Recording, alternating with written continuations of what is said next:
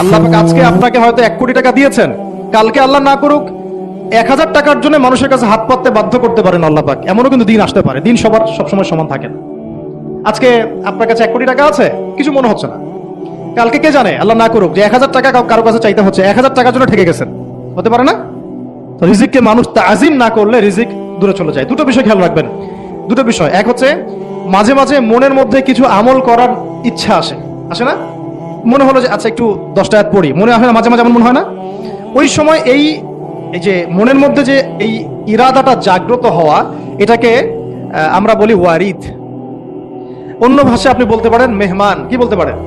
এটা আল্লাহর পক্ষ থেকে আপনার কলবের মধ্যে মেহমান হিসেবে এসেছে।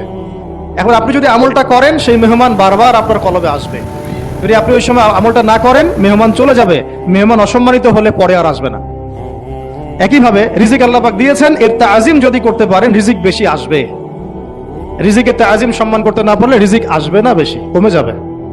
উসমান রাদিয়াল্লাহু আনহু সবচেয়ে ধনী ছিলেন না? কেন জানেন? কেন? এটা কি জানেন কেন ধনী ছিলেন? একে তো তিনি প্রচুর দান সদকা করতেন, এটা তো আপনারা জানেনই। আরেকটা জিনিস অনেকে জানে না, তিনি উটের পিঠে বসেছিলেন, কিছু একটা খাচ্ছিলেন, এই 2-1টা দানা পড়ে গেছে নিচে। উটের পিঠ থেকে নেমেছেন, নেমে সেই দানা উঠিয়েছেন, পরিষ্কার করেছেন, ধুয়েছেন, আবার খেয়েছেন।